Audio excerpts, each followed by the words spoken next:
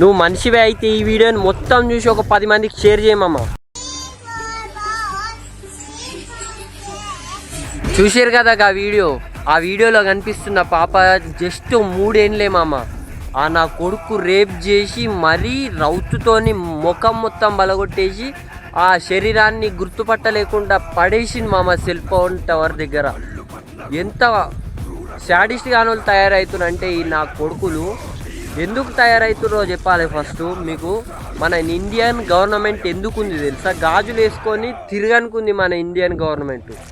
ఎందుకు చెప్తున్నా ఇది అంటే, ఈ నా కొడుకులు రేప్ చేస్తా పోతే వీళ్ళని రేప్ చేసిన నా కొడుకుల్ని మేపుతారు మామ జైల్లో పెట్టి. వాళ్ళకు మంచి ఫుడ్ ఇచ్చి మంచిగా ఇంకా రేపులు చేయమని ఇడుస్తారు కొడుకులు.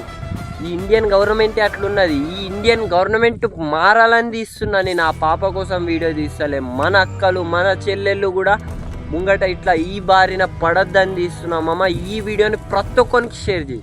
మీరు ఫాలో చేసుకొని పెట్టుకోర్రి, ఎందుకంటే ఇలాంటి వాటిపైన మనం పోరాడదాం.